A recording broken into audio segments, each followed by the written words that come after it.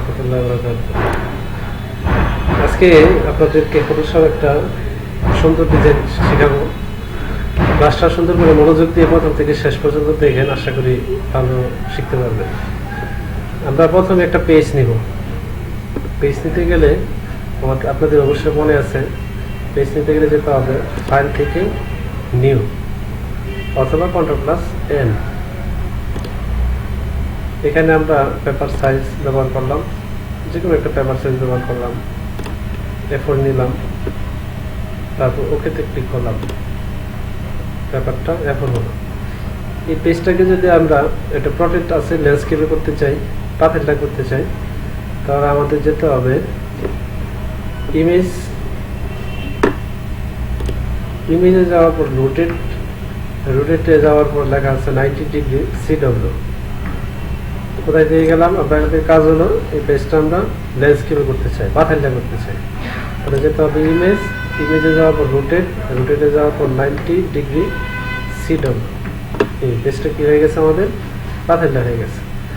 এখন আমাদের ডিজাইন করার জন্য আমরা এখানে একটা লেয়ার ব্যবহার করি। নতুন একটা লেয়ার নিলাম। লেয়ার নিতে গেলে অবশ্যই আমাদের লেয়ার পেজে যেতে হবে। পেজে যাওয়ার পরে এখানে লেখা আছে ক্রিয়েট এ নিউ লেয়ার, এটার মধ্যে চাপ দিলে লেয়ার আসবে। আমরা এখানে একটা কালার ব্যবহার করি, যে কোনো একটা কালার ব্যবহার করলাম।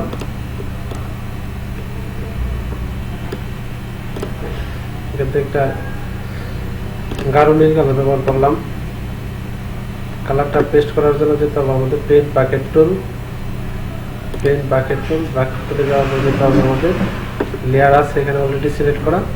এখন আমরা এখানে একটা ক্লিক করলেই কালারটা চলে আসবে। আচ্ছা, এখন আমরা এটার ভিতরে কিছু লিখি। লেখার জন্য যেতে হবে আমাদের টেক্সট টুল। লেখার জন্য যেতে হবে কোথায়? টেক্সট টুলে।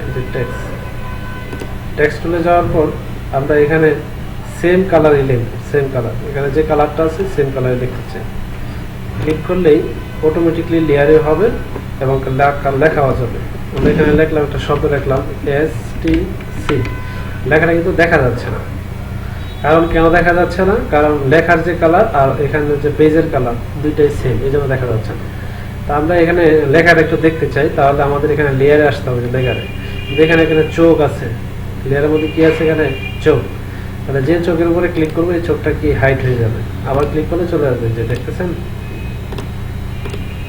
পানি টুলটাকে কি করবো? আমরা মুভ টুলে নিব লেখাটাকে। এখন লেখাটাকে বড় করতে চাই। বড় করার জন্য অবশ্যই মনে আছে কি করতে হবে? Ctrl+T চাপতে হবে। কিন্তু আপনি যদি এই অবস্থায় যে Ctrl+T চাপেন তাহলে অনেক সময় না আসার সম্ভাবনা আছে। আপনাকে নর্মালি যেতে হবে। নর্মাল মানে হলো মুভ টুলে ক্লিক করতে হবে। মুভ টুলে যাওয়ার পর আপনাকে দিতে হবে Ctrl+T, তাহলে আসবে। Ctrl+T তে ক্লিক করলাম। এখন আমরা বড় ছোট করতে চাই। বড় করতে গেলে আমাদের কি বলছিলাম?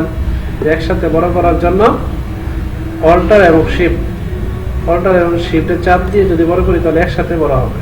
একসাথে বড় করে নিলাম। তারপর কি করলাম? এন্টার অথবা টিক চিহ্নতে ক্লিক করলাম। যে এখানে দেখতেছেন এন্টারে দিলে হবে, টিক চিহ্নতে ক্লিক করলাম, বাস এটা সরালাম।